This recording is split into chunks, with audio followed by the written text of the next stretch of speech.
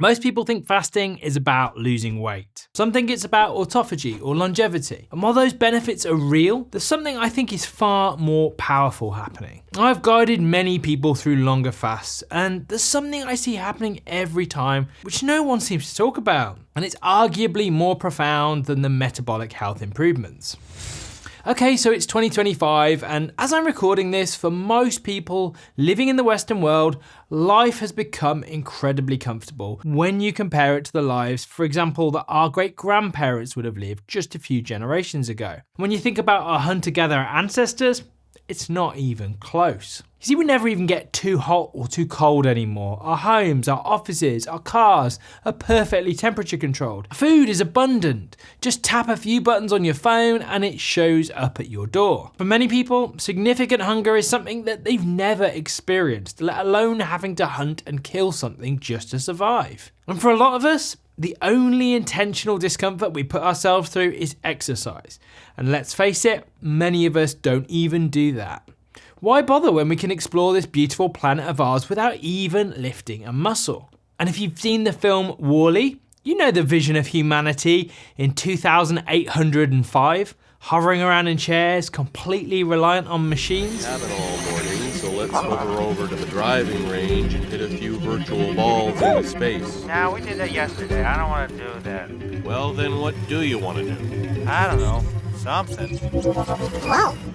Honestly though, I wonder if that future's 780 years away, or maybe just a few decades. Here's the thing, we've spent years eliminating discomfort, but in doing so, we might have lost something essential. You see, discomfort isn't the enemy, it's the key to growth. And we often think of stress as bad, but no, not all stress is bad. There's a concept in biology called hormesis, which is the idea that small, controlled amounts of stress actually make you stronger. Think about how your muscles grow.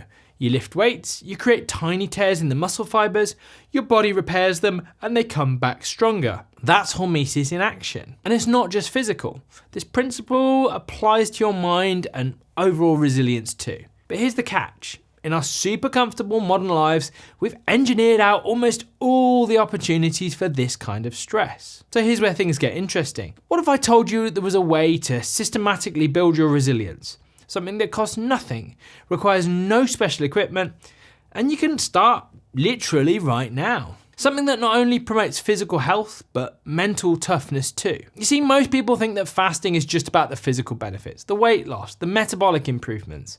But what if I told you that was just scratching the surface? What if the real power of fasting isn't what it does to your body, but what it reveals about your mind? And this is where fasting becomes more than just a health intervention.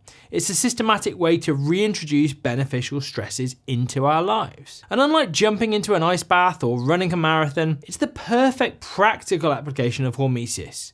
It's controlled, it's measurable, and it's completely adjustable to your current capacity. But before we go any further, I just want to address the elephant in the room: hunger. It's probably the number one reason people think that they could never fast. But here's what's fascinating. That sensation that you call hunger, it's not what you think it is. You see, as a doctor, I always find it interesting that many of my heaviest patients report feeling hungry most of the time.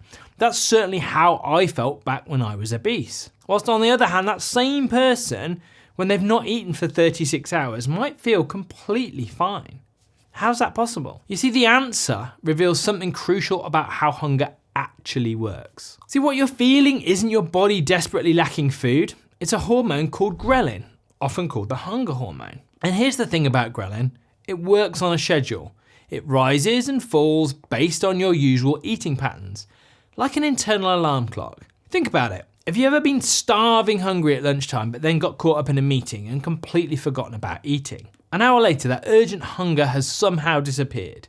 If this was truly about your body desperately needing food, how could it just go away? See, once you understand that hunger is primarily hormonal, not a measure of actual need, everything changes. It's kind of like discovering the monster under your bed is just a shadow. And just like you can reset your sleep schedule, you can reset your hunger schedule too. Now let me take you through what actually happens during an extended fast, because this is where the real transformation in your relationship with food begins. Now, as part of my group coaching program, I run 72-hour fasts with a group of men 3 times a year. One early in the new year, one after Easter, and one after the summer break. And we do this because it's a great opportunity for people to get back on track following the times of year when they're most likely to have fallen off the wagon and overindulged. And every time we do one of these fasts, there's this fascinating moment that happens around the 48-hour mark, particularly in people who haven't experienced it before. You see, we run these Zoom check-in calls every day during the fast, and people check in saying something like, you know what's weird? I was definitely hungry at lunch yesterday, my usual eating time, but then it just went away. And then they hit day 3, and that's where things get really interesting. Their energy levels actually increase, their concentration is just awesome. They get far more done at work than they usually do, often just powering through the lunch break that they'd normally take. The hunger that they were so worried about, completely gone. And by the time they reach 72 hours, yes, they're ready to eat, but they're surprised to discover that they could just as easily keep going. Here's the real revelation, and I see this come up in almost every single group fasting call. People start saying things like, wait a minute, if I can go 72 hours without food and feel this good, how many times in my normal life am I just eating out of habit or boredom? Am I actually hungry when I eat at lunchtime or at 6 p.m. every day? Or is that just what I've trained my body to expect? And what does it even mean to feel genuinely hungry? And here's what fascinates me about extended fasting, watching how people's relationship with hunger transforms over those 3 days. What they initially feared would be an insurmountable challenge becomes something manageable and even comfortable. See, most participants start with a genuine concern about making it through even the first day. They spent years organising their lives around regular meals, never experiencing true hunger. Yet as the hours pass, something remarkable happens. They discover their body's ability to adapt. And by the final day, the same people who are anxious about missing lunch are calmly going about their daily activities. It's as if their bodies have remembered something that their minds had forgotten, that were built to handle periods without food. And here's what makes extended fasting truly transformative. Something I never expected when I first started guiding people through this process.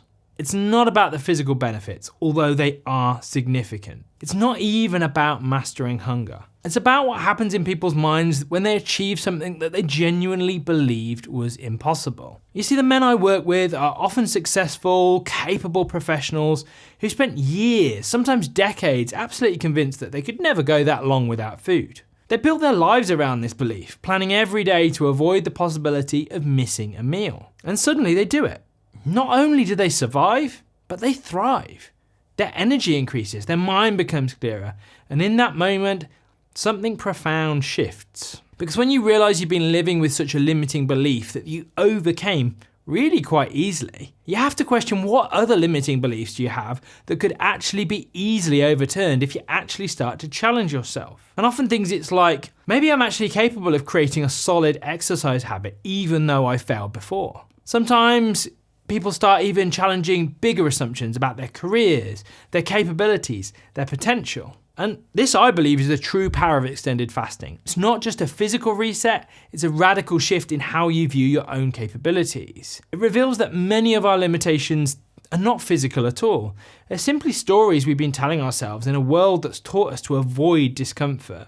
And I always say to guys that come on my coaching program that they're gonna go on 2 different journeys. First, there's the journey of achievement, which is about the things that, yes, they achieve, which is losing weight, improving their health biomarkers, participating in regular fasting, and all that good stuff. But there's a second journey, which I call the journey of transformation, which is really interesting because it's more about the person you become as a result of the changes you're making.